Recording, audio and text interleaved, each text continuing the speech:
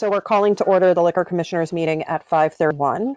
And we have 3 applications, one which has been added to the agenda for the Mockingbird Tavern and 2 for the Putney Winery.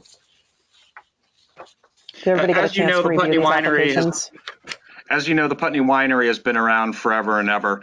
There was a change in state law. Previously, manufacturers were just licensed by the state. Starting this year, they also have to be licensed by the town. So that's what the application is for. It's Charles and Kate Dodge. Everybody knows who they are, what they do. This is just a change in law, and all of their paperwork is properly submitted. I would advocate that you approve it.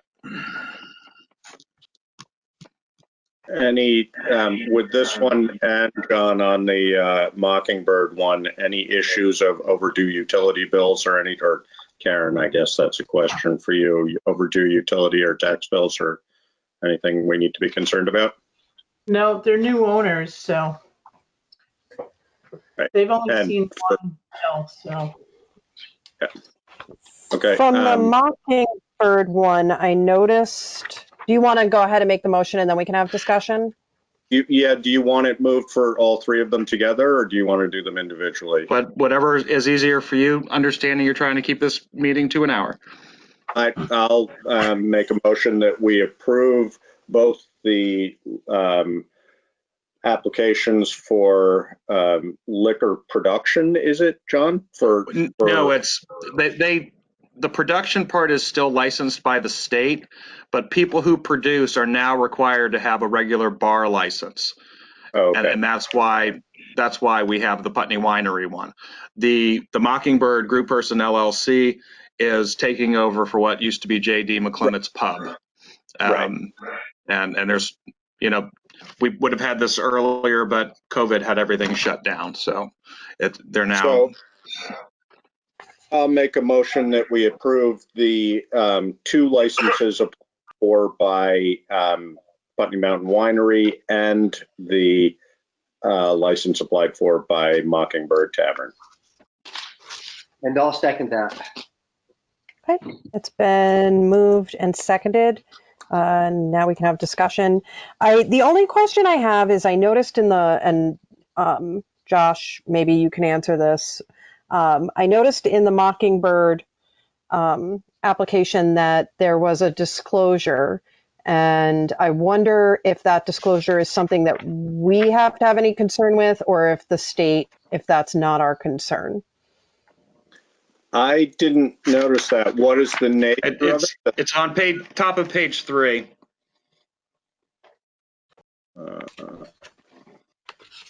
And it's mixed into my packet differently because I'm trying to find it. When you find the Group Person 1, the pages are labeled, numbered on the bottom, and it's at the top of page 3. Jonathan, does that have any cause for concern for you? Like, ultimately, the Department of Liquor Control is going to evaluate that. okay, then I'm not concerned about it. My personal view is that the local board looks at appropriate location. Mm-hmm. Is this an appropriate place to have a liquor establishment, or is it next door to a school? Is it next door to a shooting range, that kind of thing? And that the moral issues are decided by the Vermont Department of Liquor Control inspectors, who will come down and inspect and who will investigate that charge. That's what happened when Club Vermont started. I had some calls from the Department of Liquor Control investigator. Okay. So they do all the background stuff. Is my view. I mean, you're the committee. You're free to do whatever you want. No, I'm very comfortable with that if everybody else is very comfortable with that. I am too. I'm fine with it. Okay. Josh, you're frozen to me, so I don't know if we're going to have issues, but just so you're aware. All right, then it's been moved and seconded. Is there any further discussion? All in favor? Aye. Aye. Aye. And so we have passed the 3 applications, 2 for the Putney Winery and 1 for the Mockingbird for their liquor licenses. Thank you very much, And guys. Thank you. you. Take care, John. Do we need a motion to adjourn this part of the meeting? Not really. No, I don't think so, but we can if you want to. Okay. I'll move to adjourn. Nope. No. Is Overruled. that or not? Oh, Just second, yes. Okay, it's been moved and seconded. Any discussion? Hearing no discussion, all in favor? Aye. aye. Aye. Okay. And now we're calling to order the select board meeting at 5:38. Any adjustments to the agenda?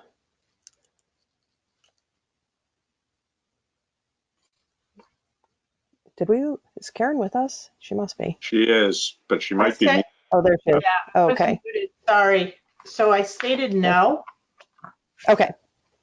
Perfect. And just real quick, just for visitors, if you have a comment or you would like to speak, and you're not on our agenda, please just type a message in to the message box and we'll try and get you in where appropriate. And we are going to try and limit time on discussion because we have a pretty packed agenda this evening. So moving on from there, do we want to do approval of minutes? I'll make a motion to approve the minutes as presented. I'll second that. This is for June 17th. Is that correct? No. June 3rd and June 10th. Okay. June 10th. Sorry. Yeah. Getting ahead of myself. It's okay. Wouldn't it be lovely if we could do it that way? All right, so it's been moved and seconded. Any discussion? All in favor? Aye. Aye. Excellent. Is there any public comment on items not on the agenda? And we can give just a brief moment here to see if anybody types in.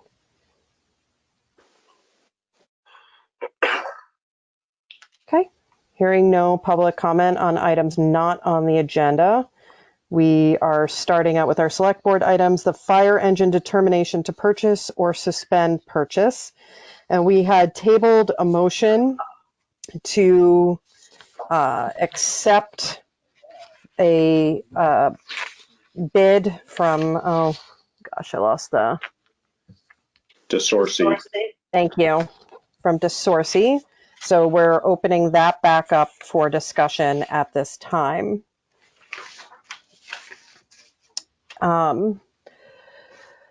So I've had time to reflect on this, and I still have concerns about where we're at, and I'm curious what the rest of the select board is feeling at this point. Well, I think we're in a little bit of a gray area because of the uncertainty about the bond bank interest rate. And so I think that even though it would cost us a chunk of money, potentially delaying it until we can know what the rate is likely to be in the fall might be a wise choice for us. And the total cost for that, Karen, is $37,000. Is that correct? If we wait till July 1? Yes, it would jump up $37,000. Did you, Karen, touch base with Larry about this as far as our commitment on interest rate, or I can't remember whether that was something you were thinking you might do or not. No, I talked to Larry about the article in general, but because it was to pursue the purchase of, so the language in there is to, secure either the bond or a regular bank.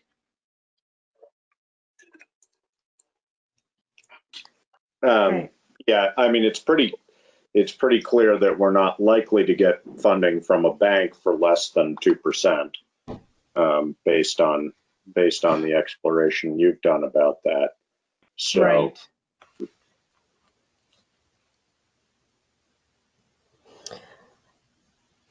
What is going on? You're upside down on me, Josh.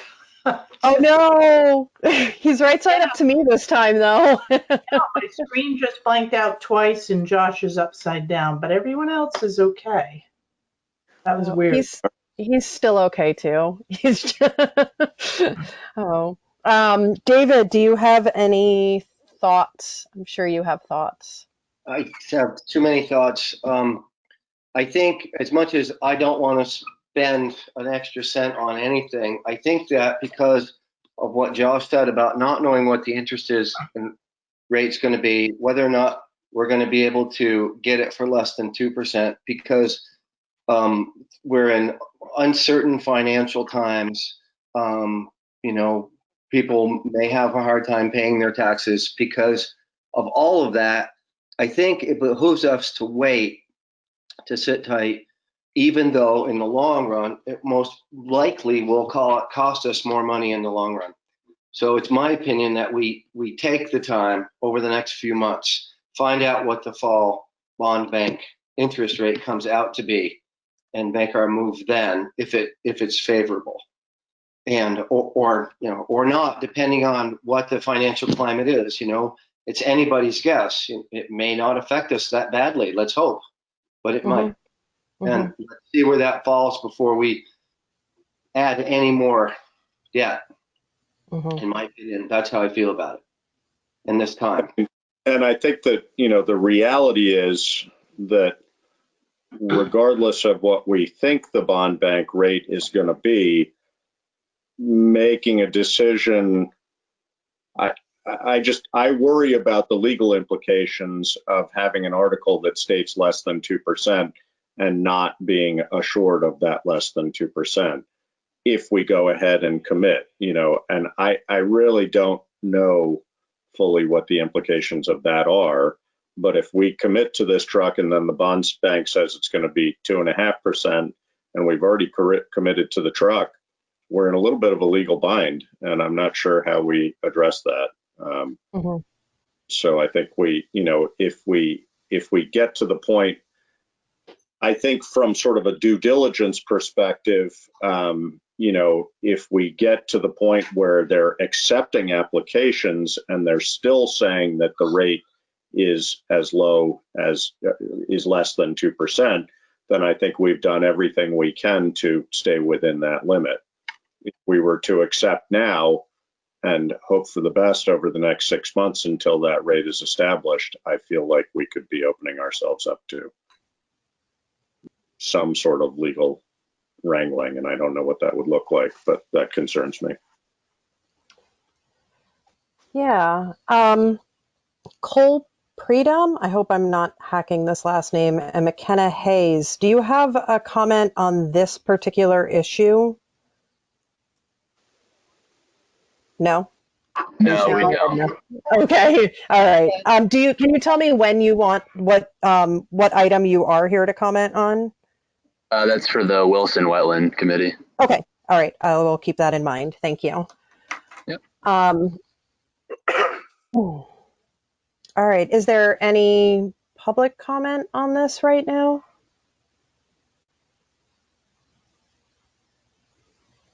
Can David, were you saying that because we're unsure of even how much we'll get in taxes in because of the financial climate that you wanted to wait? Was that your point?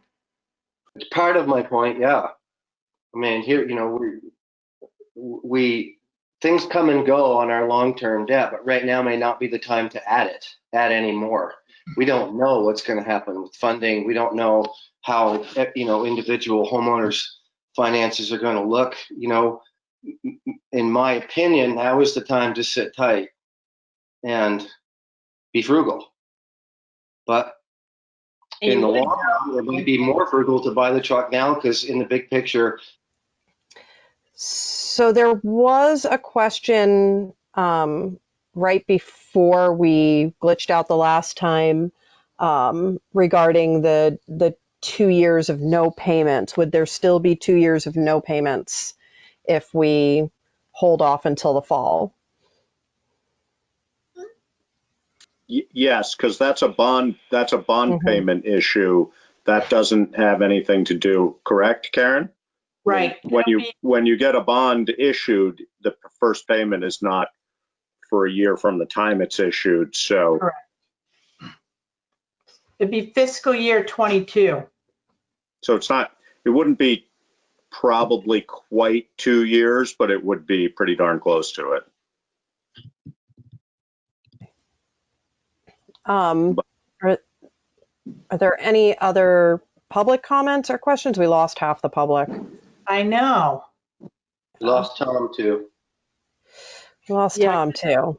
I just texted him to see if he'll come back in. Melissa's in. I think Mary had asked me a question that I didn't get to answer too, but I think you probably know the answer to it anyway, Mary. But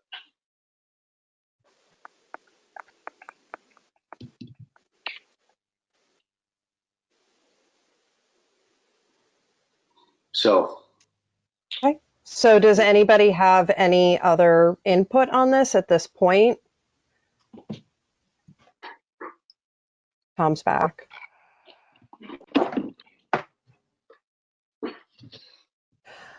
All right. I think in light of all of our feelings on this at this point and the uncertainty that we're facing, I am going to withdraw my motion from last week and move that we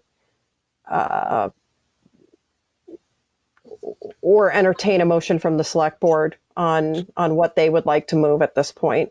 We probably don't have to take an action if you're Okay. withdrawing your previous, because if we're not going to proceed, then that's a non-action. Yeah. One other thing I just wanted to mention is that per David's point about income, and Mary, you were alluding to this, is that we've got then until January 1st to commit to the truck. We will have been through 2 cycles of tax collection at that point. So we should have of course, we never know for sure how tax collection is going until February.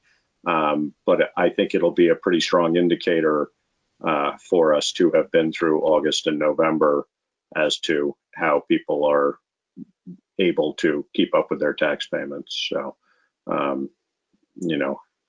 it buys us time. And like David said, the thought of spending any more money than we have to is frustrating. But again, I worry about the legal implications of doing something that we can't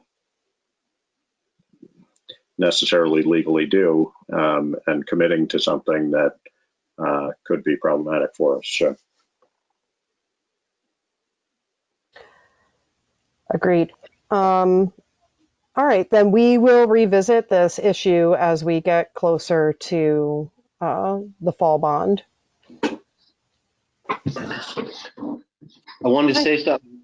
Could I make a comment? I'd like to make a comment to Tom. I want to thank you for all the work you've done and all, everything to get us to this point, and to know that, I hope you know that I appreciate everything you do, and trying to balance out the needs of the department and the needs of the public, and the finance is not an easy thing, and trying to weigh all those things accurately. I take that seriously. So I hope you hear that. Absolutely. I get it. I understand it thoroughly. So no problem. We'll wait and see how things balance out. Okay, awesome. Thank you for everything. Thank you. Frustrating though. Yep. It is.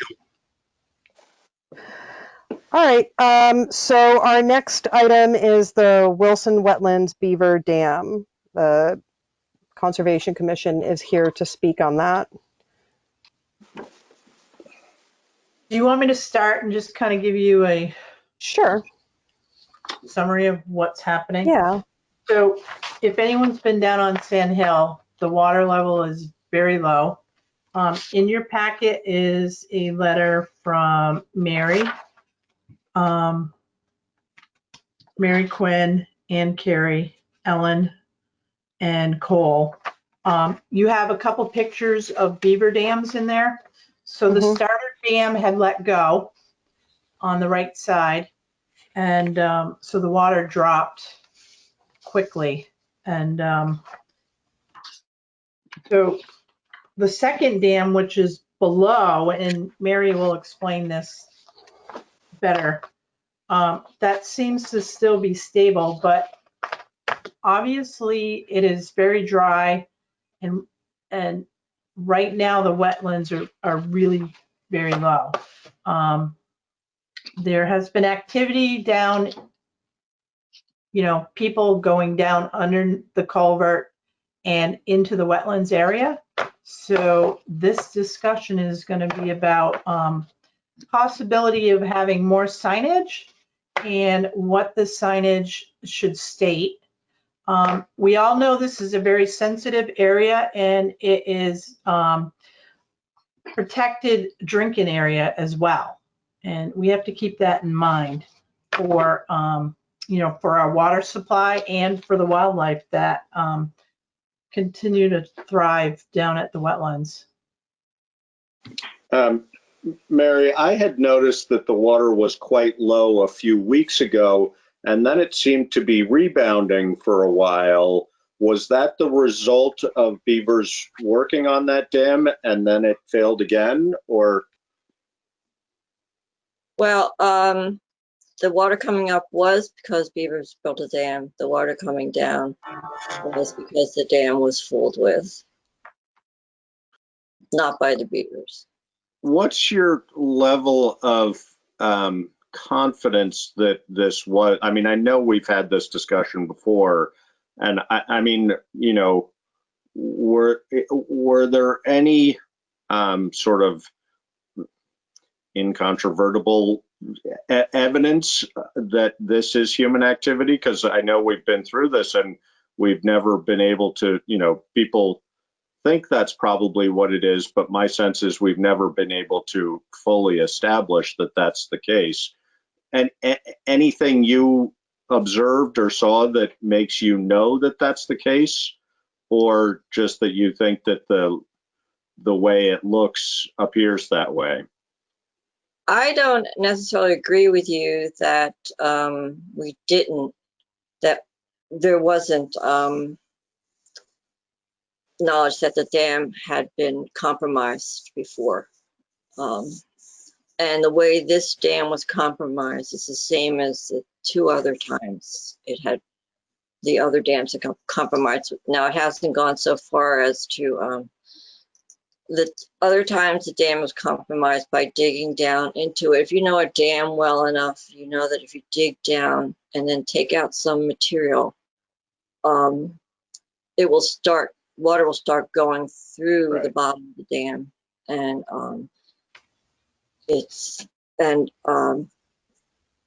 sort of self-perpetuating from there. And then it just opens and opens. So I was through there at 11:30. It was fine. 2:30 is fine. 5:30, the wetlands was drained. Every time this happens, the brook gets lower, so the wetland drains faster. I feel like that if we can protect the area more somehow, we can. If a dam stays in place long enough, the silt will start. I sent Karen some picture today, and the bed of the stream is about 18 inches lower than it had been in 2012. So every time this happens, we get set up for more. When water comes down that brook now, it won't go straight out and go into a floodplain. It will go out to the sides and straight, which makes everything more vulnerable at that point. So, and that's just an area that area is a precious resource that Putney has, and not for our town water supply and for for a lot of people in town, a lot of people, and people come from out of town just to see that area because it's so well known. Yeah, and I wasn't suggesting that there wasn't necessarily human interference previously. It's just, I don't think we've ever been able to clearly establish that is my sense. And maybe I'm wrong. I mean, I think we've heard, we've heard various arguments from people who have said they're pretty sure that's what it is, but I don't think and maybe I'm wrong. Do we know that it's human intervention, or we just strongly think that? Well, I know it is, only because this is a continual MO, as you might say, and at other times it hasn't happened. This time, when the beavers filled the hole, then the top of the dam was taken off. Then the top of the beavers filled the top of the dam, and then there was another hole put in, and then finally the dam was just dismantled. Now, beavers don't do that. There was no event causing any of these. There was no high water event. They're battling right now, the water's going up at the dam, and they're battling, trying to keep the dam. They're having to go higher. The water, they won't be able to get the water as high as it had been with the previous beavers. These are different beavers. So I don't think there will be the issues of it being so high on the road with this dam. But part of the reasons why the issues are so high, because there's no way for Sandhill the brook used to go to the right, so it always could go discharge water into the wetland, and it doesn't have that opportunity now. And it also was the bed was higher, and the water would leave earlier than it would now. So I don't want to take up a whole lot of time, but I don't have any doubt that there's something going on. So, Mary, you had possible suggestions you were hoping to talk with us about. Is that still the case? Well, Karen and I talked yesterday, and one of the things is making that area unavailable to people. I mean, and then it's a town. Like, I was thinking about it today. If somebody came and spray painted on the town a building, and we didn't know who did it, we would just have to pay to get it fixed. But then we would do something to help that to not happen again.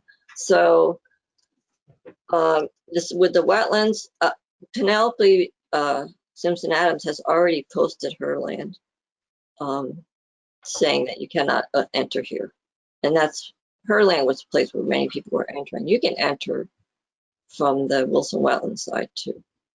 So I had sent with that letter, I believe, or another email, a sample sign that I proposed, that I wasn't married to it being that way, but just kind of get this conversation starting. Did we get that, Karen? You did not. I don't think I forwarded it to you. Ann is back on the line. Laura, you got it. Laura, you got it, and Karen got it. Right. I got it? Okay. It's the no trespassing sign. So Yeah. Can I just make a comment? Yeah. So not only do we have people walking into the wetlands, we have people swimming in the wetlands too, down by the dam. So to be proactive, I think education is important. And I think some more signage. And then, so no trespassing is it's a little negative to me. And people may not know the importance of the wetlands. So I think if we get the proper signage, And then put up another blue sign that says this is a protected area, you know, drinking water. There's only one sign down there that I see, but I know there's no hunting and no trapping, and it's kind of overgrown, so you can't really see the signs. But I just think proper signage on the Sand Hill Wetlands area may educate enough people if we keep talking about it, and you know, post something on iPutney, and you know, it's all about education right now. But And this is Anne, and I have a comment when Karen's finished. Go ahead, Anne. I just want to say I agree with everything that you've said, and I think you don't just want to say to people, don't do this. You want to explain why. Right. And I think if we indicated some of the reasons that we fundraised to get this property in the first place, I went back over our fundraising letter and our offer to Pauline Wilson, indicating to her how we would treat the land. They all focus on the habitat, maintaining wildlife habitat and the sensitivity of the area for that, and to protect our water supply for the town well, which is why the Water Commission donated $5,000 to the purchase. And I just wanted to read you one sentence from the December 5th, 2011 fundraising letter. It just said, town purchase of the Wilson wetland would protect the source of the town well's water, mitigate Sackettsburg floods that might harm the village center, and maintain valuable wildlife habitat. And we've never indicated that the land was ever going to be for recreation. It's been to protect the water supply and to be maintained as sensitive wildlife habitat. And if we could say those reasons, you know, in the sign somewhere, I think Mary did incorporate some of that. But if we could work on a sign that explained things, as well as saying don't come in here. And the other thing is, we need people who do need to go in to have written permission.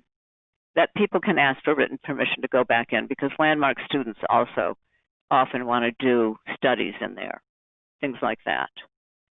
So, they don't have to, though. I'm looking for, I don't have the attachment of the sign, and sometimes when email chains go through, the attachments get dropped, so I'm wondering if that's what happened. Well, it kind of doesn't matter, because it really, in a sense, it was basically talking about the sensitive water protection area and wildlife habitat.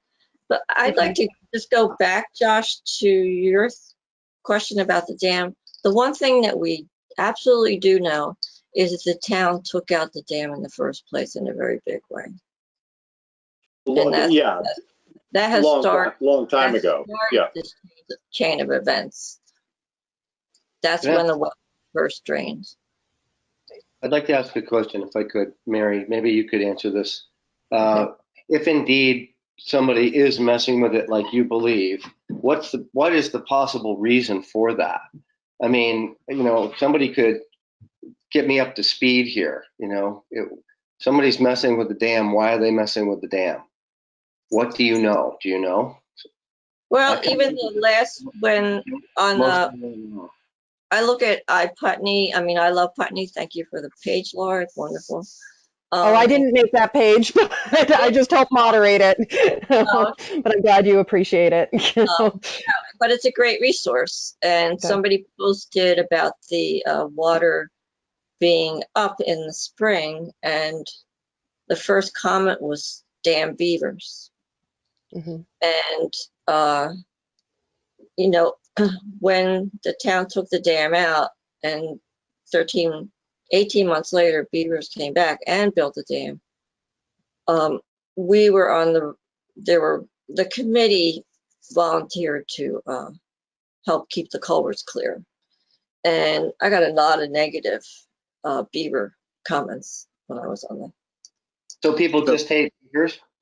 I mean, I do think there's a historical, like there is an added, David, we lost half of the last of what you said, but sorry about that. I do think that there is an attitude by some folks towards beavers. There is some beaver hating that I've seen. I've witnessed those conversations, and there are folks that think beavers are really destructive and don't belong here for whatever reason. And as far as the town history of it is concerned, going back, not tremendously far, but at least, as you will remember, David, the back of Brad Fellows' property was pasture land. A lot of that was. That's all. Yeah. And that was because what was originally wetlands was the stream was channeled in order to allow it to be drained out, essentially, way back when. And I don't know when that was, probably turn of the last century, at least, something like that. Mhm. But then there were ongoing issues with flooding problems, which is what drove the initial, correct me if I'm wrong, Mary, but my recollection is that it was not select board sanctioned to remove the dam. That was a highway department decision. And the reasoning was that the water was too high, the dam was too high. That's not what was happening, Josh. Well, but that's the reason. I'm sorry. It's just, we are trying to time things out, and I appreciate that the history gives context, but I think that for the sake of time, to move into what next steps are would probably be better. Well, at some point, I think it should be realized. So, just what was happening, because I did talk to the road crew manager about it. And I do know that it's been discussed by the select board in the past, that this has come up before, and Carrie has. Yeah. Yes, yeah. So I think we really need to move forward, and especially for the sake of time. We're 15 minutes into this, and it's the second item on our agenda. So, so Karen did forward me the sign, and I'm going to try and share it. I don't know if you can all. It's probably backwards for you too. That's not helpful. But it's no trespassing, sensitive water supply, and I can't read it backwards, and wildlife habitat area, entrance by permission only, contact Putney Town Manager. That seems pretty straightforward. I do like the idea of an educational campaign with that. So,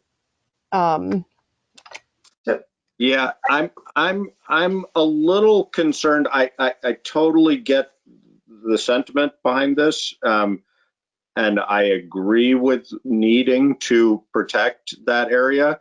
I'm a little concerned about the concept of no trespassing on what we have as public property. And I don't know how we've managed that in all instances in the past. I think that protecting the water supply is obviously tremendously important. We're already limiting hunting and fishing there. Not fishing, hunting and trapping. But I worry a little bit about denying access to town lands. And I think the educational component of it is hugely important. I also don't know whether the ANR, for example, or statutorily, because it is town watershed area, whether there are statutes that relate to it that could help us with our limited ability to do enforcement. So I think we need to explore that. But again, no trespassing to me feels counter to the concept of having public land. So that just concerns me. I'd like to make a comment too, that I think that if somebody has an agenda to knock the dam out, the sign's not going to do a thing. They're going to walk here and they're going to knock the dam out. So we're going to be appealing to people who would respect it anyway. So it seems like there's something else happening, and that's why I wanted to know the history, because maybe we could get to the root of the problem and fix it and we wouldn't need any signs. But we don't have time for that right now, and I agree with that. So there is a lot of written history that's been given to the select board before you came on board. This is Ann talking. Okay, Ann. I haven't seen and it. I can get that to you. Thank you. Excellent. that would be really helpful, and then maybe we could revisit this. Right. Right. But there is no, I just want to say offhand that there was no obligation that the owner of the land thought, or the people that gave the money to buy the land thought, that it was going to be, there was no language about open to the public and recreational. It's all about sensitive wildlife habitat, water supply, and flood control. I just throw that out there. We can get you a copy of those letters as well. That would be great. That Okay. would be really helpful, and then we could read in our own time. Right, exactly. Okay. Thank you, Anne. And Okay. just to be clear, I'm all in favor of protecting this area. I just worry about the implications of that. And I think, and I agree with you that the written material is true to that, but we also, we certainly accepted this property based on it being a resource. And so I just think, I'm not disagreeing with you. I just think I worry a little bit about no trespassing. Yeah, I understand that. The thing that really set me off was people are going back in there because the water levels are very low, and boys are catching turtles, and I don't know what they end up doing with them.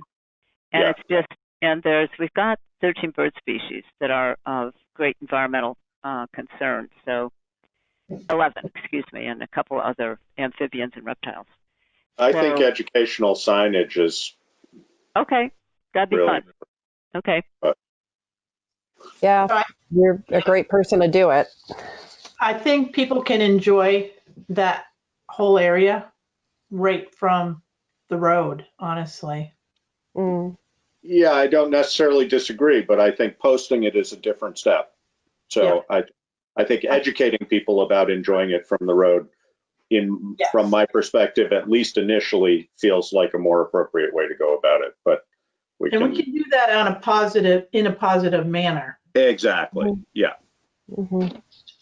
Yeah. Okay. And then find out what's really happening. If we're able to, we may not. I mean, that's something, honestly, David, since I kind of laughed not at this issue, but that this was coming across the table again, because I think that my first select board meeting after the organizational meeting, we had almost the same conversation. And it's been an ongoing, I know Josh said to me at the time, this has been many years. And so I don't know that we'll ever get to the bottom of exactly what's happening. I hope we do, but we might not. And just, I do hope that we're able to dissuade whatever is happening and help people not do it anymore. If people are doing it. I do wish that the town would take some responsibility for this even being an issue to begin with, because of town employees making a decision to do something. Now that, because it was very small, it was a very easily fixed issue that did not have to happen. And I would say that's a leap, honestly. I hear you. I understand where you're coming from. I have heard the backstory on that, and I don't know that one issue correlates with all of these others. I don't know that what happened then has given permission to whatever is happening now. They may not be at all connected. So it's kind of a correlation is not causation to me. No, but 18 months of that area being destroyed before.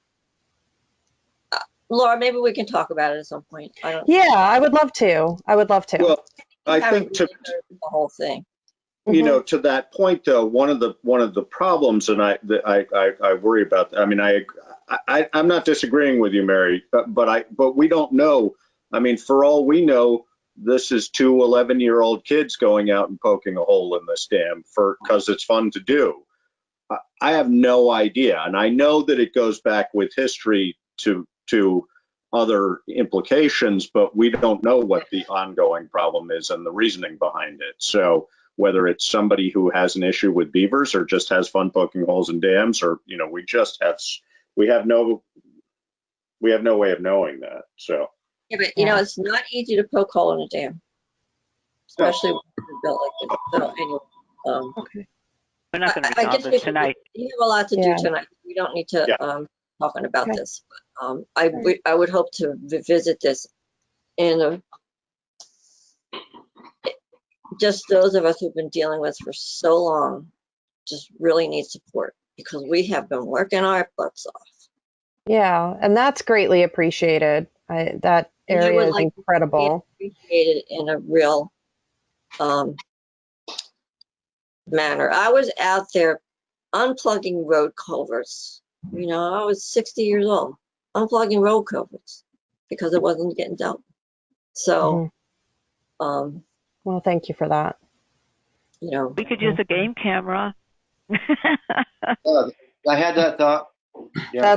Well, maybe that is something that we can You could do. explore.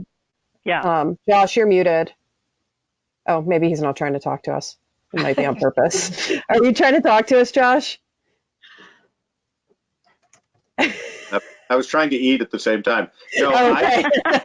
I don't have any problem with the game camera at all. I think the problem, as we talked about before, the problem is it's so intermittent. You could have that game camera on for a year and have nothing happen and then turn it off, and a week later, you know, who knows? It's just hard. But I'm not opposed to that idea. It's that one time. Can you That's fund it? I mean, bring us a proposal. Okay. And we can talk about it for sure. And Okay. Mary, I'd be happy to talk to you offline at another point. So, all right, folks, thank you for your time. And it's David. Are you talking? Are you? Yes, that'd be great. Okay. All right.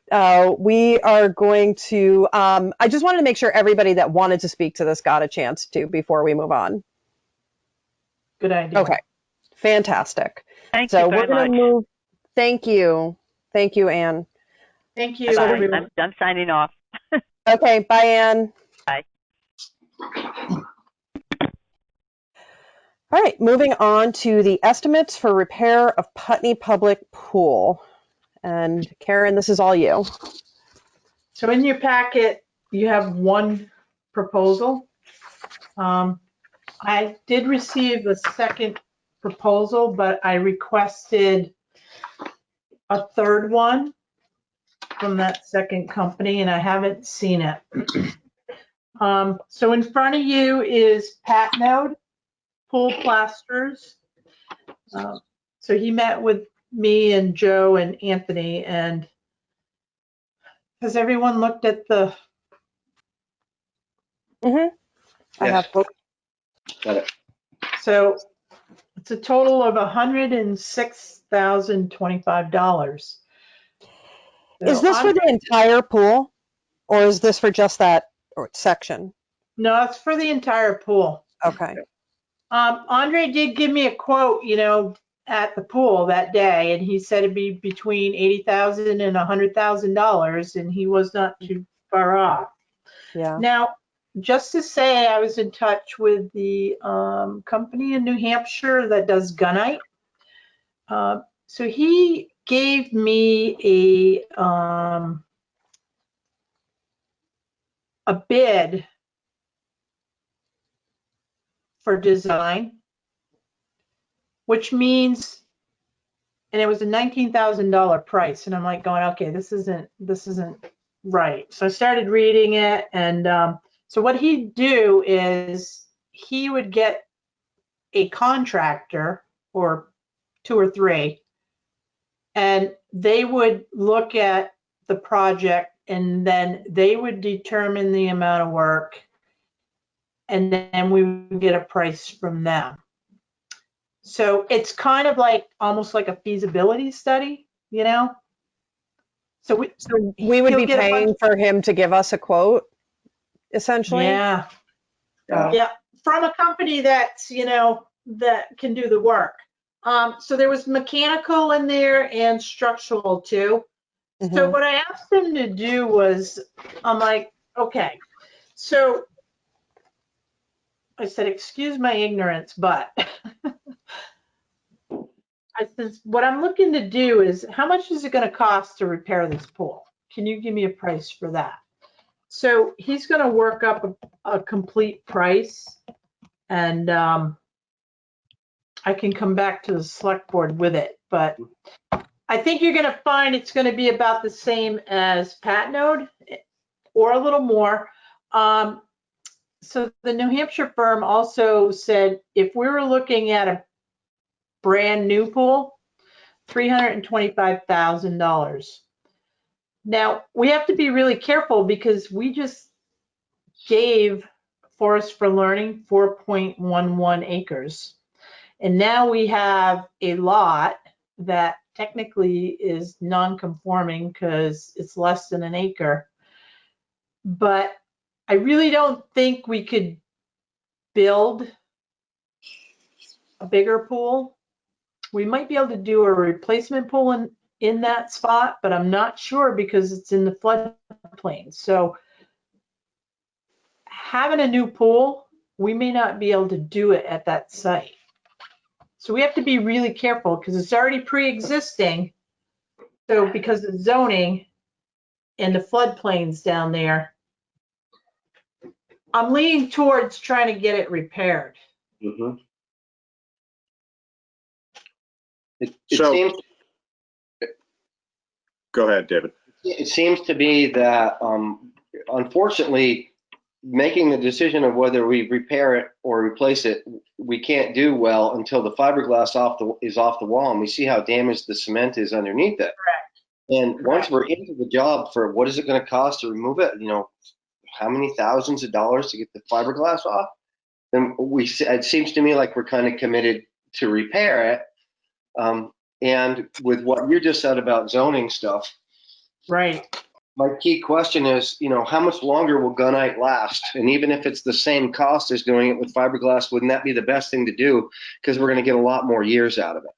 And the repairs in the future would be easier. So that's the first question I would have to them. But I would tend to agree with you, but I don't know that for sure, David. So I guess what I would want is somebody who has expertise with fiberglass and gunite to tell us, you know, which the more bulletproof is, given our, Right. like you said, given our existing construction methods. So I'm guessing you're right, but I don't know that. I am guessing the same thing. So- I've been in this business for 30, 40 years, but yeah. No, I mean, gunite certainly seems to be the one of choice. So, Karen, can you, I am not fully clear on what the feasibility study aspect of this for paying. I mean, I don't think we should spend $19,000 to see whether somebody can tell us how much it's going to Right. cost us to do this. So, Hold on, I got it right here with me. This While one I you're have- looking for that, Alyssa asked if a volunteer group could get together and do the removal. And my understanding is fiberglass is a fairly volatile material. So is that something that we could have a volunteer group do? If you read the quote from Patno, they're going to do it. We got to supply the dumpster. They'll take the fiberglass out, throw it in the dumpster. Yeah, we don't want volunteers doing that because fiberglass is like insulation. Yeah. You know, You're saying save money, and I hear that. I think we would love to save money on it, but fiberglass is, I think, like I said, really kind of nasty material.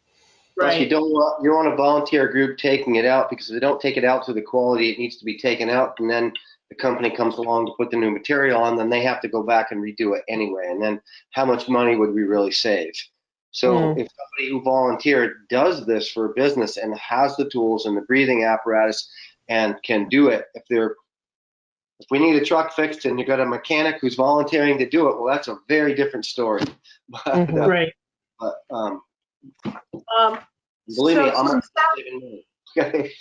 Sorry, David. From South Shore Gunite on 610. So we have a proposal, and it's intended to provide the design and construction document services needed for a turnkey, fully operational aquatic system. Exploration into a valued engineered pool renovation and full demo to new pool construction services will be discussed. So basically, they're going to analyze to see what the best option is. Do we renovate it? Do we demo it, put in a new pool? But it's basically, they're going to assess out the scope of work. Then they're going to provide what do I want to call it? You know, like in a big project, Josh, you get the Bid document, specifications. essentially. Yeah, it's bid docs. That's exactly what it is. So you get all the specs for the entire project, and it will be mechanical and structural, okay? So just to do that, it's like $19,000. I have a hard time swallowing that. Yeah, me too. Yep. So they are going to give us a bid though for like either repair. That sounds a lot more practical. Right. You know, the other question, I don't know whether there are other people. I mean, it might be worth, Karen, a call to, for example, Pathways, to see whether, you know, how other municipalities or people would approach something like this and see what the steps are. Hartford, Vermont, they have like a whole rec fields, and I think they have a pool too up there that's fairly new. Yeah. So, but I don't mind calling Jeff. He has a lot of connections and resources. Exactly. That's what I'm thinking. Somebody just say, you know, either say, yeah, it's going to cost you 19 grand to figure this out, or to say, you don't need to do that. Call these guys and they'll tell you, you know, I don't know. Right. So the other question too, and I spoke to Larry about this, about fundraising for the pool or setting up a GoFundMe page.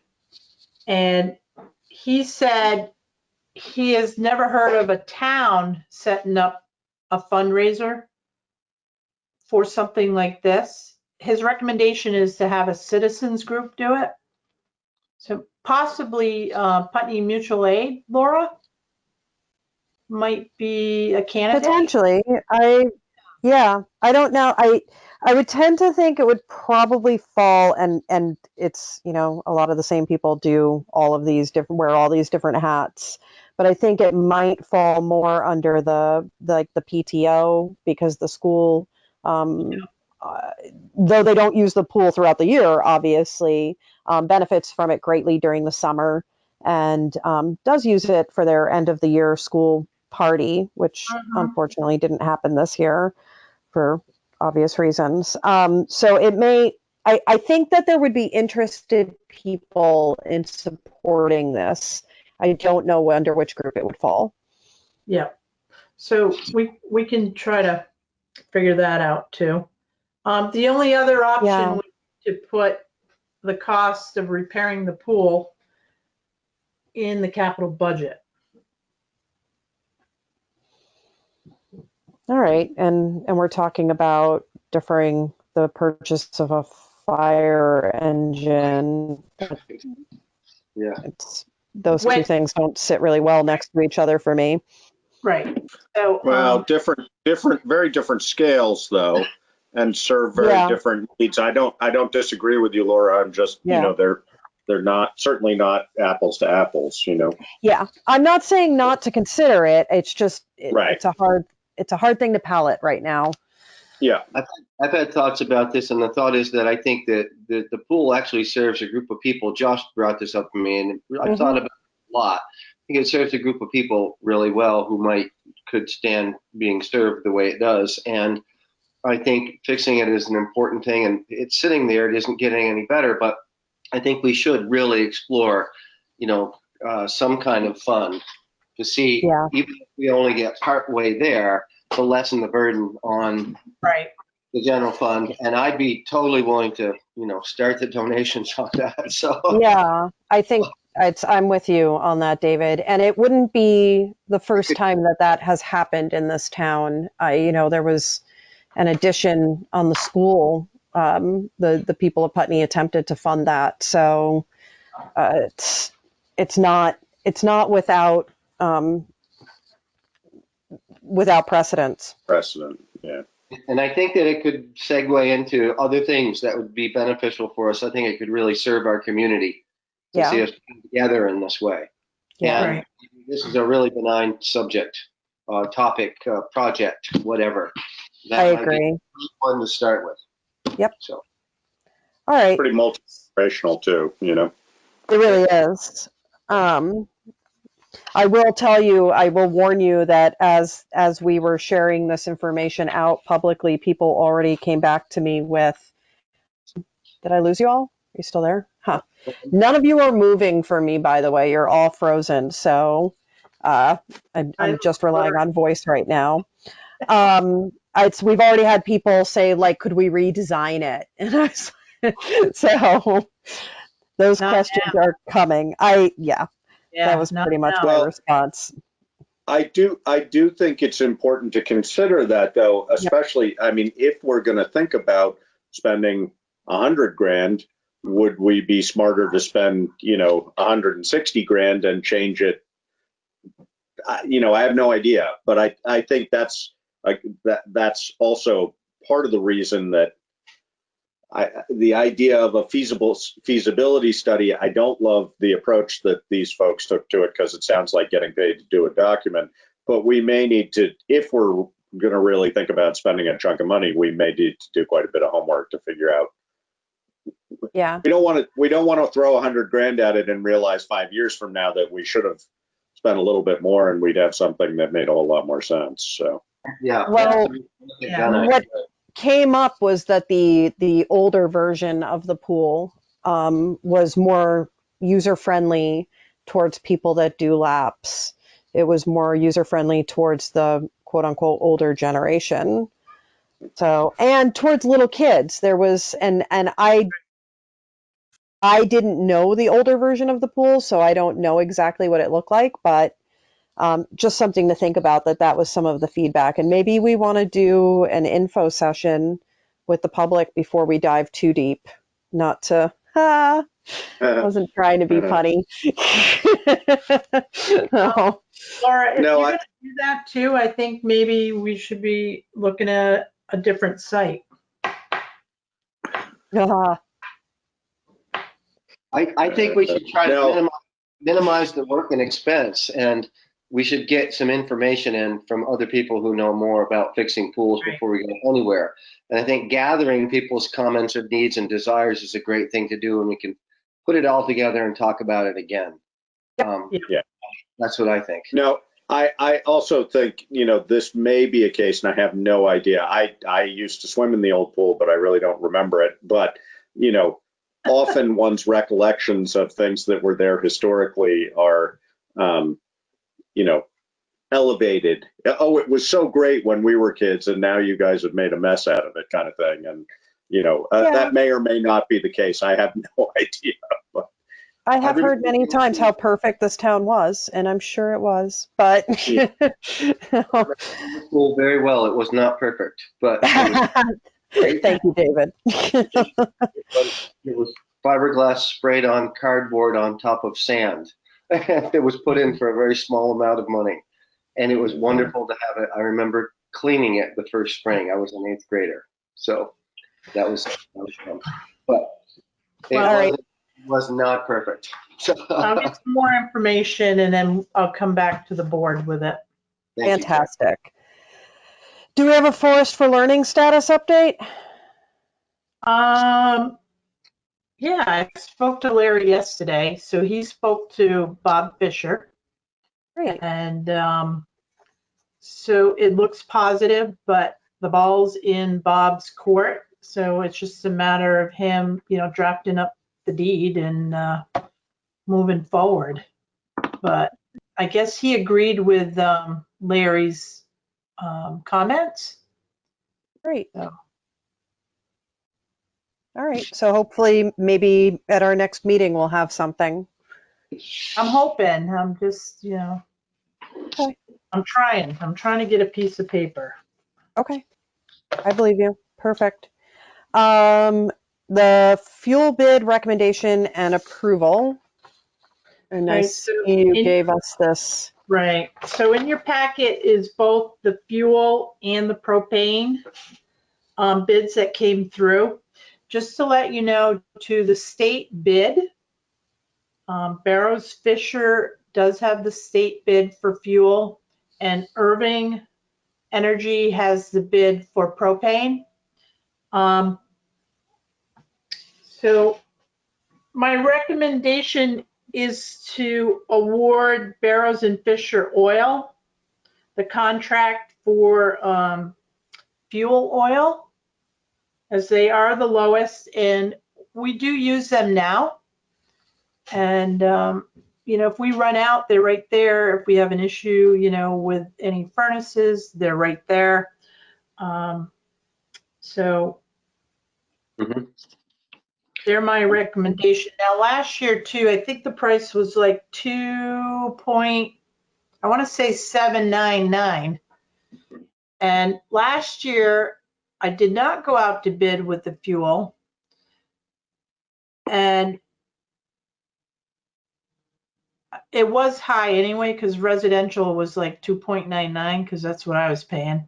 But it's good to go out to bid. I mean, this is a really, really good price. It is. Mhm. How many gallons did we use last year, Karen? What was that, David? How many gallons did we use last year, roughly? We use we contract for 4,200, but we're usually under with the fuel. Mhm. So.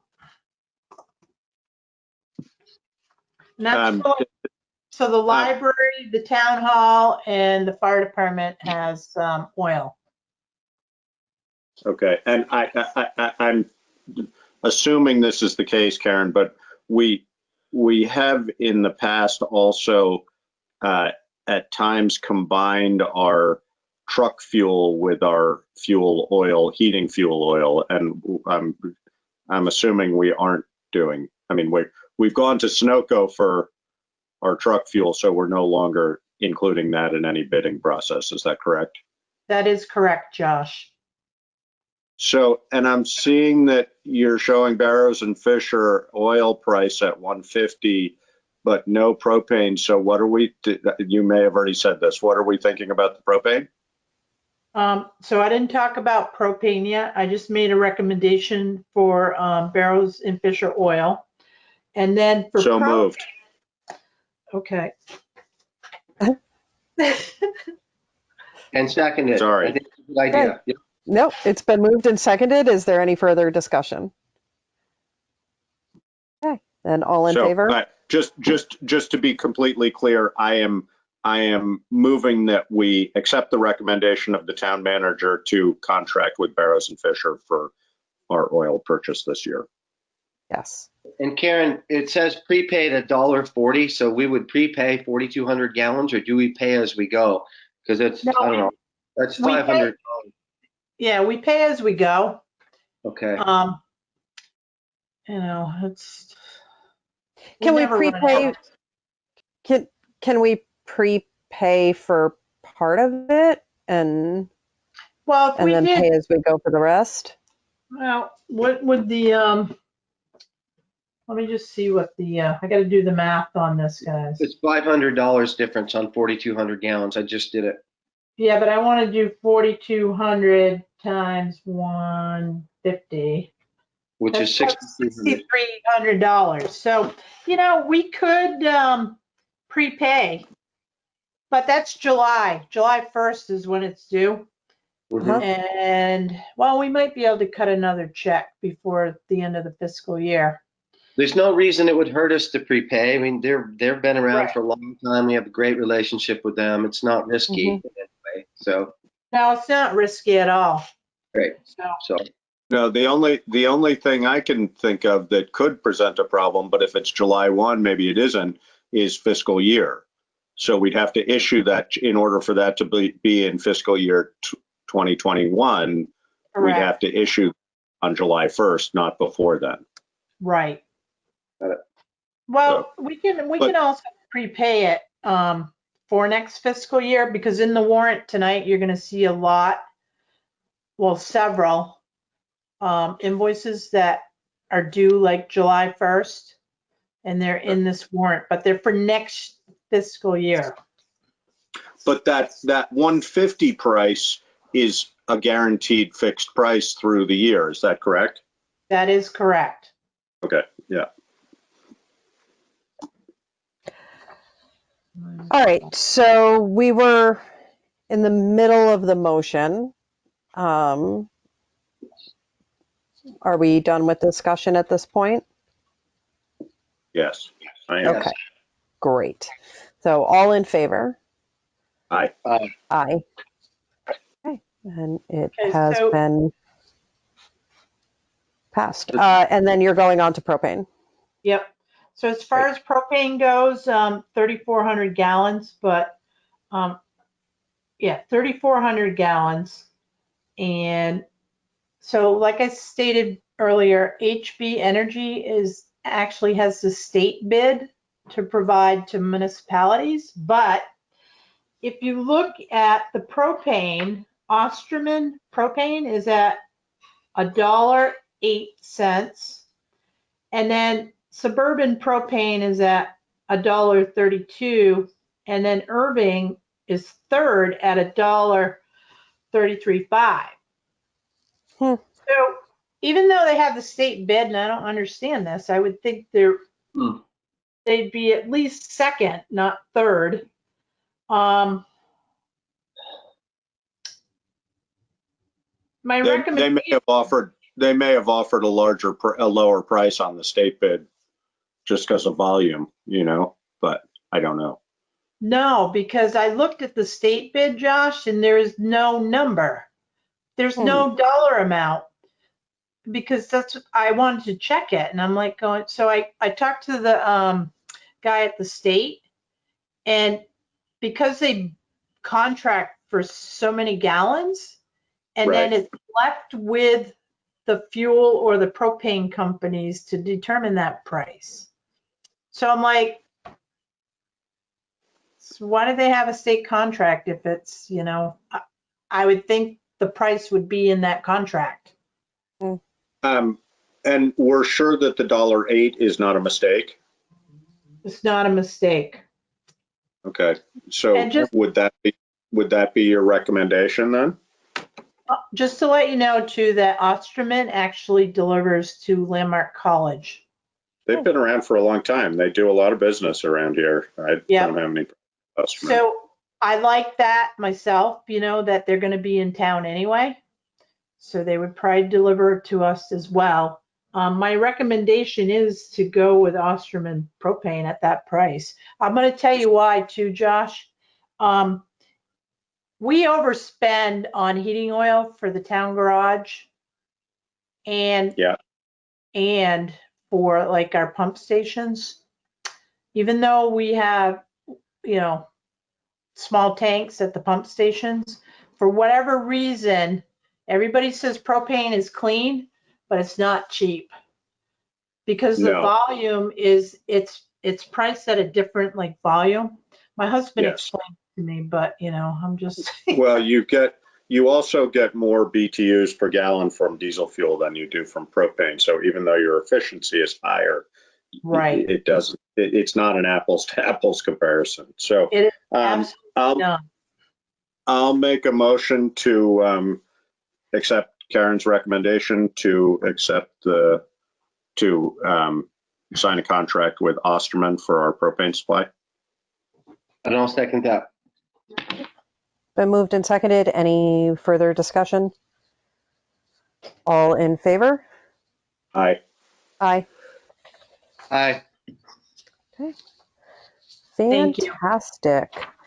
Moving on. So Karen and I discussed this a little bit earlier. We have the Windham Sheriff's Office contract for law enforcement services approval and the Windham County Humane Society contract approval.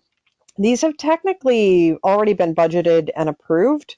And so we were just going to bump them off with a reminder that these are things that we should probably be reviewing throughout the year as we get closer to the time when they're up again.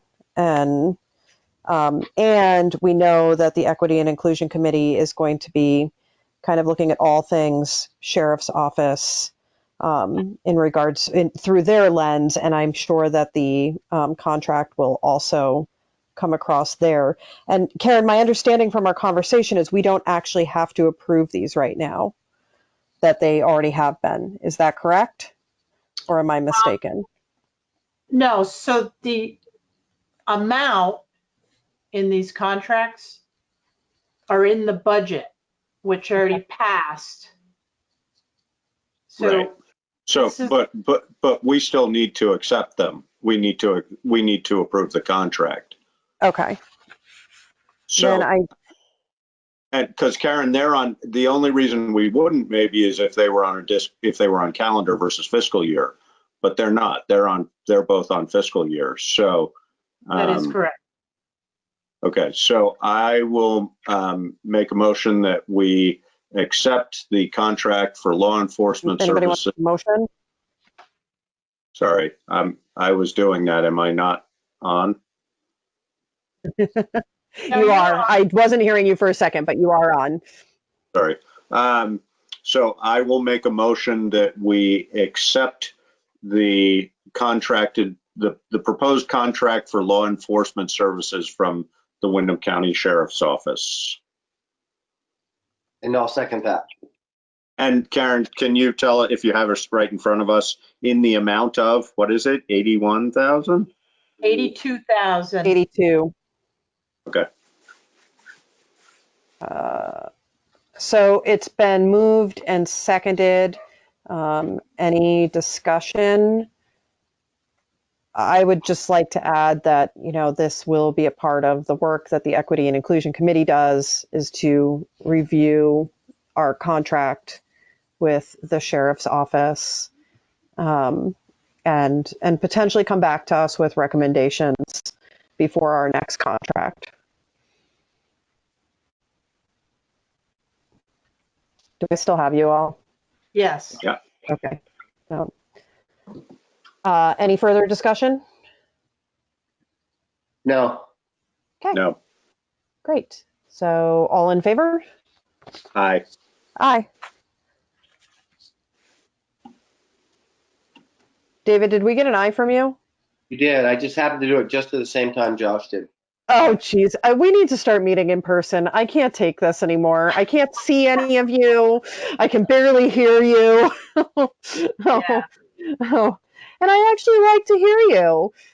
Josh is upside down sometimes. I mean, Josh is hanging from the ceiling. upside down. I know. He's the one I that do have snapped the whole thing. I did screenshot that. I'll have to go back through my pictures at some point. All right, so that's been approved, and now we're moving on to the Windham County Humane Society. And that contract is, I don't have the amount on it. $786. Thank you. You're welcome. I'll make a motion that we approve the contract as presented from Windham County Humane Society in the amount of $786. $786. I'll second that. Okay, it's been moved and seconded. Any discussion? All in favor? Oh, go ahead. Oh, sorry. Aye. Aye.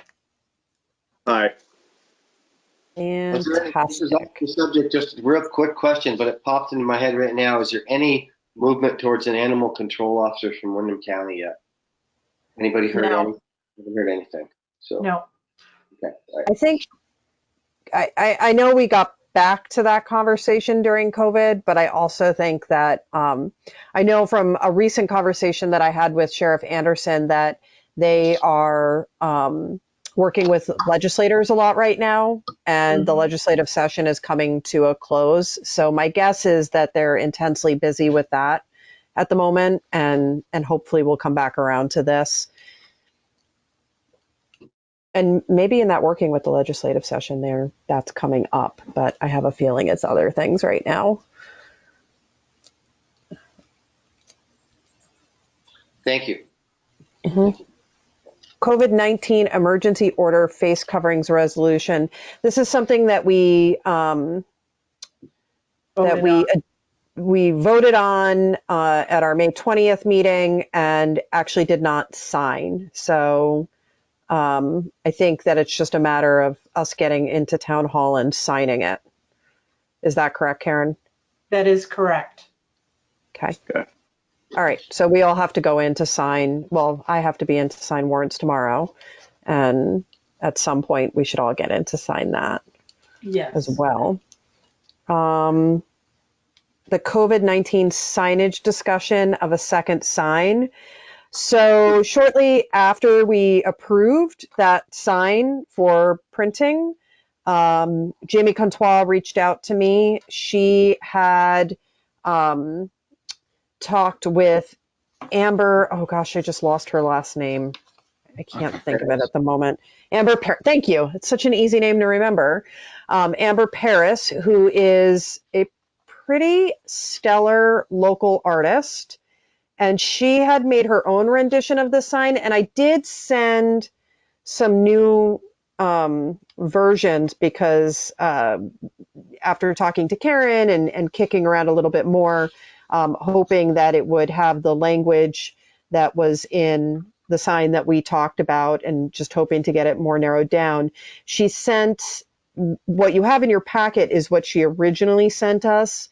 She went further and sent and I did forward it, but I don't think I forwarded it in time to you, Karen. She sent another sign that's very similar to this one, but it has welcome in the flags. Which I like that. And underneath it says, please keep the appropriate physical distance and wear a mask. We were hesitant to actually put the 6 feet because there is some advice coming out that's changing it to be a little bit further. And so we thought it would be more adaptable, that the cow kind of shows a distance. And then she changed the person that's, I don't know quite how to describe it. The person that's not holding the basket, she changed it to be a firefighter silhouette. And we thought that that was lovely because it shows like farmers and firefighters, and that feels very Putney. So we wanted to check in with you all before, because we had approved something different but similar, to see how you felt about a local artist being the one to create our sign, specifically this one. You still Seems there? reasonable. Okay. So We'd if have that's, we'd have to remove the brown Swiss part because they are smaller. yeah, so that whole line is removed from it. The 6 foot, the length of one brown Swiss cow is removed. And underneath it just says, please keep the appropriate physical distance and wear a mask. And it's cute. In this one, the cow's wearing a mask. So, Can I make a comment? I think sorry. Yeah. Karen. So I'm just curious why it's not a Holstein, because it's Vermont. I'm sorry, but it's like, it should be a Holstein. I think it's an artist's rendering, and so it's all meant to be in shadow. It may be a Holstein, Karen. It can be whatever kind of cow you want it to be. I guess I can just imagine, right? Yes.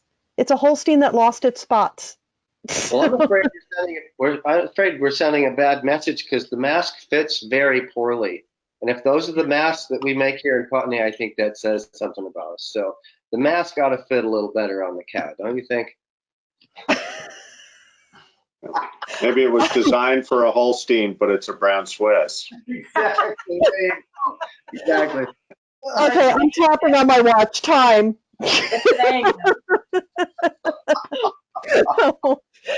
I can suggest the cow's mask might need to have a better fit before it goes to print. But she has offered to paint 2 of these for us, and then she's also offered to create a template that can go to print. So I think it's exactly what we were looking for originally when we set out on this mission, and I'm grateful to Jamie for having made the connection, and to Amber for having so quickly drawn up this beautiful artwork. So these are going on sandwich boards? She said that she could do 2 large ones on, I sent it to you. She could do more like banner style ones if we wanted that. And then yes, they could also go onto sandwich boards. So, yeah, I mean, how big is the banner? Is it like Let me see. the food shelf banner? Which they may not be opposed to replacing. It's kind of taken a beating. Where is, I'm sorry, I'm looking for the email where I forwarded it to you.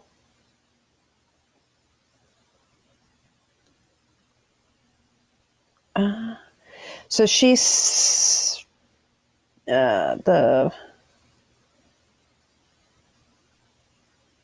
she could do it on a plywood sign.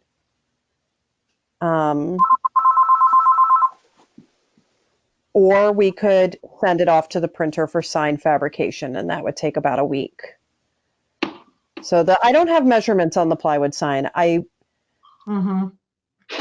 thinking that it may be actually, I may be mixing up another conversation I had with Jamie, and it may be the plywood sign is actually a sign board, a sandwich board. Oh. I think we should just put it to print and do the hanging. Can you see me? I don't even know if you can see what I'm doing. I can't see any of you. So, yeah, I think we should send it to print as we'd originally planned using this graphic. Cool? Yep. Sure. Great. Fantastic. All right, town manager's report. What do I have on there? You have the abstracted grand list, state education tax implications. Right. So the abstract of the grand list has been lodged. It was up about $11,500 from last year. So not a big increase, but I've been told that the state education tax, they're trying to have it to municipalities by July 1st.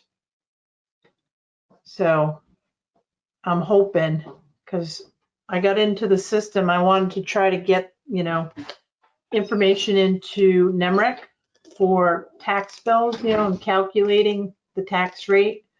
But I can't do that without the state education rate because I have to have that to get the local agreement rate. So I'm holding on that. If we can get tax bills printed and generated by July 10th, we'll still be within that 30-day window for our first payment in August. So I'll keep you guys posted on that. I'm optimistic that we will have tax bills out, hopefully on time. So the school budget vote, very important, is June 30th. Absentee ballot is encouraged. There will be a drive-through at Putney Central School for those who do not do an absentee ballot, but it's very important to get your votes in. Broadband feasibility study. So it was accepted by the Public Service Board. So now the business plan is going to, they're going to start working on the business plan. There's a lot of talk right now about broadband and having towns join the already created CUD, which is Deerfield Valley. It appears that Brattleboro, Vernon, and one other town just joined. So there's a total of like 13. So as a select board, the town of Putney can join just by a motion. We're not obligated to build, any infrastructure. And apparently, according to Mike Maricki, there is funding through the stimulus package because the CUD is going to have to fundraise. in order to build some of this infrastructure. So it's still really green to me, and there's a webinar next week that I'll be sitting through. But I'll update you after the webinar. I think it's a total minor point, but I think would have to raise funds as opposed to fundraise is probably a more clear way of saying that. Is that right, Karen? I mean, you're not talking like a fundraiser. You're talking about finding funding for it. Is that correct? Funding and fundraising. Yeah. Okay. And I guess the group, I don't know much about Deerfield Valley Communication Union District. And I don't know how it operates yet. So I don't have a whole lot of information. Okay. I know the legislatures, they are pushing for broadband, and they're pushing so the underserved can be served. And that's the whole idea of this broadband communication union district. Is there any time pressure on this for us to take action? I mean, it wasn't listed as an action item for this meeting. No. So It might be an action item on the July 1st agenda, though. They are trying to encourage municipalities to join, because the more towns, the stronger the district's going to be. Yeah. And the more funding, the more potential funding can come down through grants. Yeah. So. Yeah. So I just want to kind of keep you guys, because this thing, when it goes, it's going to go quickly. Well, that's good. Thank you, Karen. Warrants? We have warrants. I'll make a motion to accept and approve the warrants as presented upon completion of review. And I'll second that. It's been moved and seconded. Is there any discussion? All in favor? Aye, sorry. Aye. Aye. Payroll warrant dated June 19th, 2020, in the amount of $14,870.27.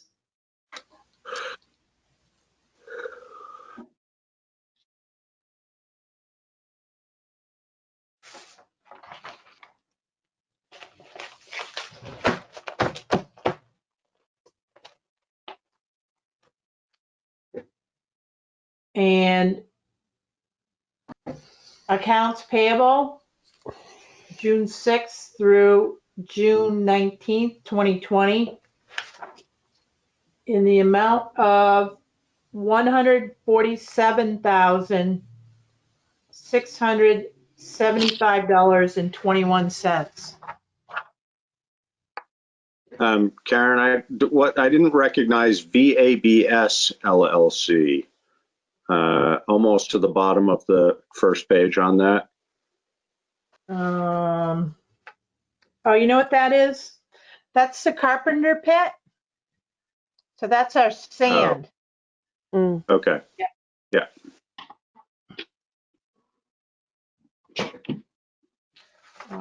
Let me just say, let's see, 1, 2, 3, 4, 5, 6, 7, 8. So there's 8 invoices that are for next fiscal year, just to let you know.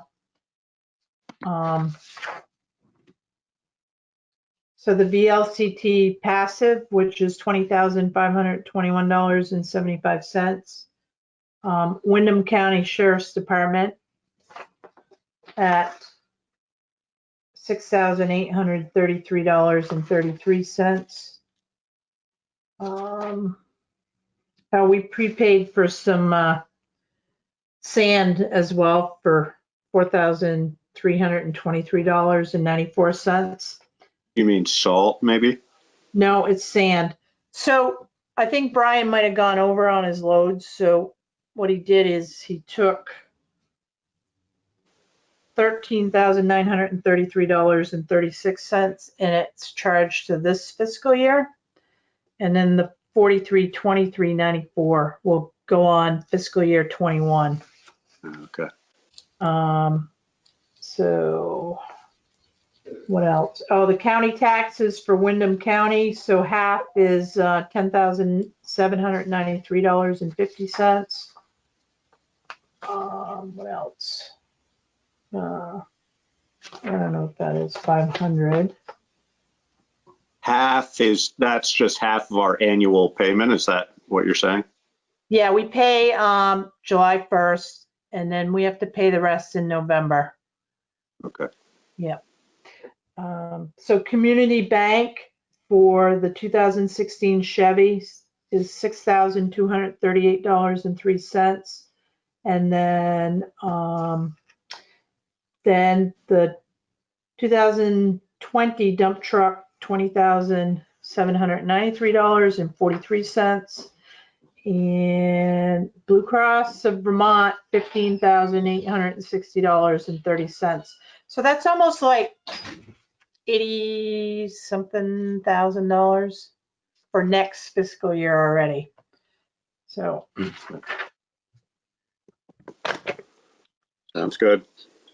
and I don't have numbers yet. You will have financials next week, because if I would have given you financials, these wouldn't have been posted yet. So next meeting, we will have financials and we'll kind of gauge where we're at.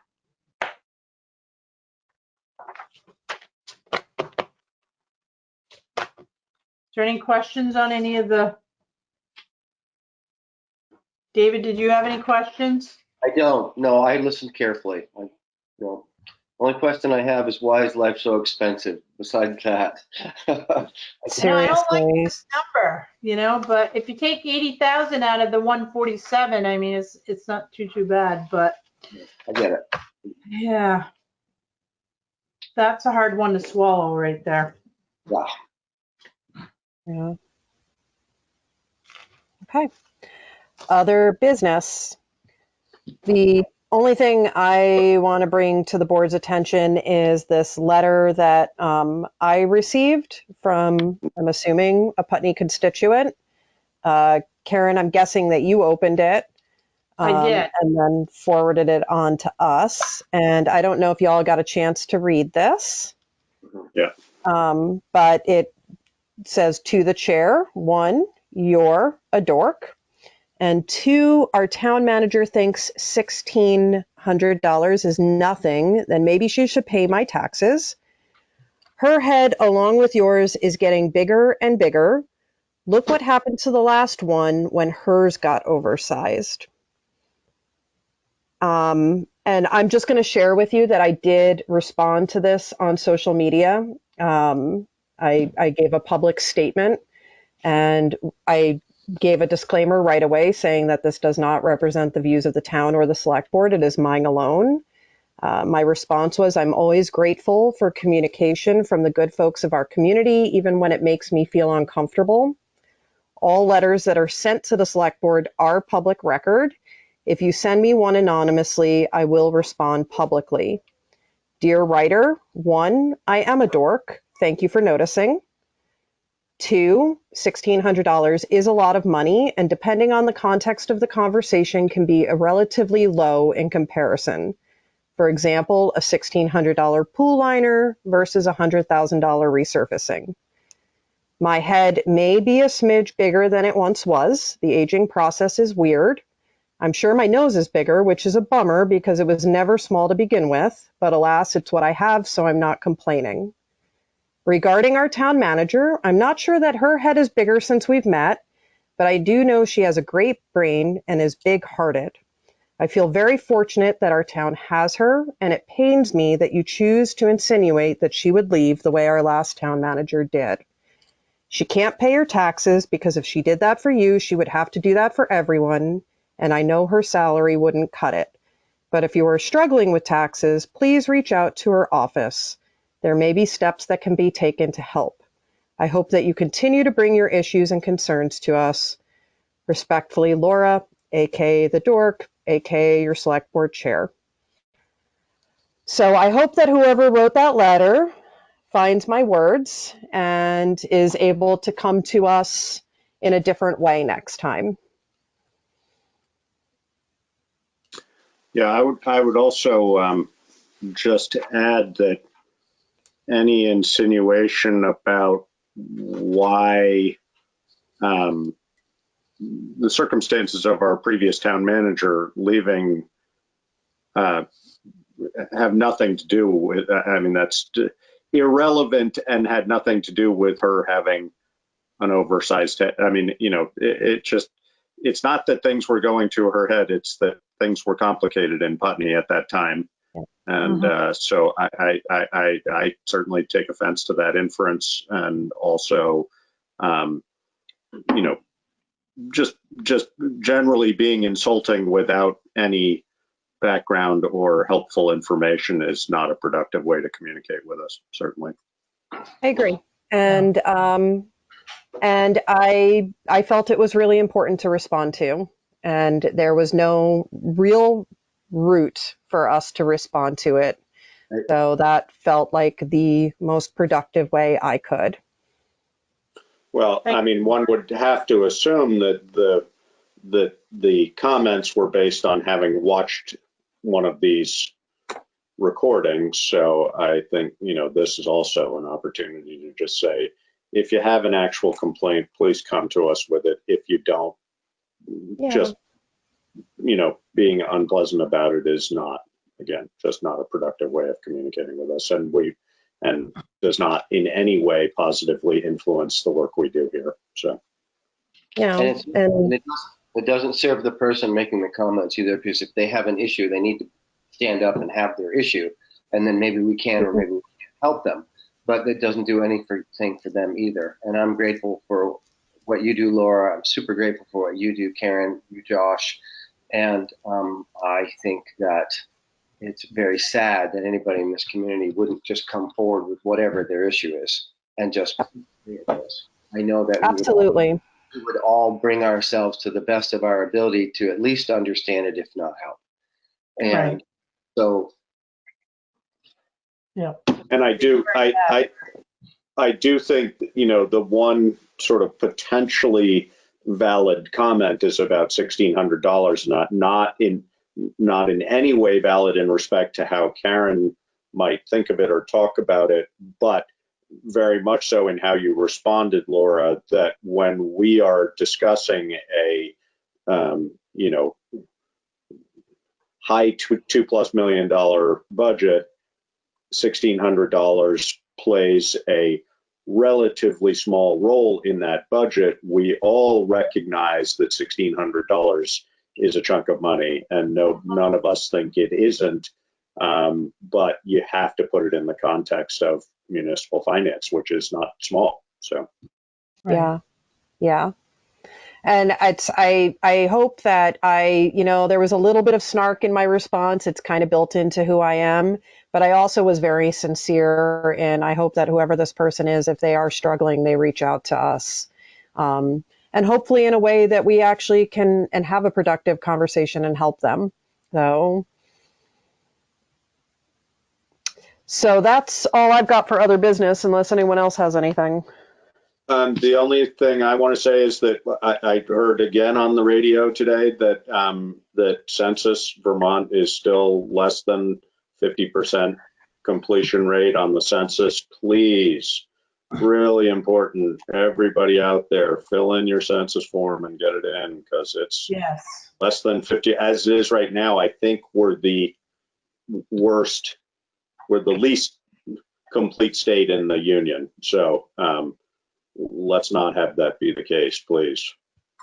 That will not help us with our taxes, that's for sure. No. Thank you for that reminder, Josh. That's so incredibly important. Okay, so I see here we do need to have an executive session. Yes.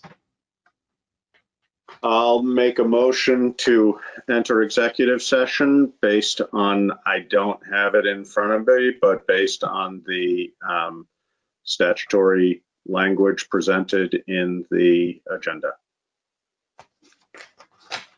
And I'll second that. Been moved and seconded. Any discussion? All in favor? Aye. Aye. Okay. Karen, can you shut off the recording and Yes. lock us in? Lock us in. Laura, so I will make a motion to adjourn. Next meeting date. Sorry. Go ahead. Second. June. Shucks. Where was that? July 1st, right? July something. I think it's July Oh. 1st. I mixed up all my papers. I'm pretty sure it's July 1st. I believe you. Yeah. Yes, and July I second 1st. the motion, Josh, so. Okay. Next meeting date's July 1st at 5:30. And we still don't know whether we might meet in person that time. I'd like to after tonight. Okay. Yeah, me too. So All right. determine. The only complication of that I can imagine is I know I'm happy to meet in person. I'm not sure I want a group of people in the room. Right. Yeah, that's good. So we could still use GoToMeeting for the public. That's fine as long as we can. I don't know how the Vermont stuff reads on that. As long as we can, because I'm definitely not interested in sitting in a room with 12 people, Yeah. Can we can find find out for sure Yeah. if that's okay? I believe it is, but Yeah, I think you're right, but yeah, we Yeah. should know. okay. Oh, all right. So there was a motion to adjourn, and I think it was seconded. Yes. Is there any further discussion? All in favor? Aye. Aye. David's aye was a yawn. Well, All right. Good night, all. Thank you so much. Thank you, everyone. Thank you. The Have Well. a good few days off, Karen. Thank you. yeah.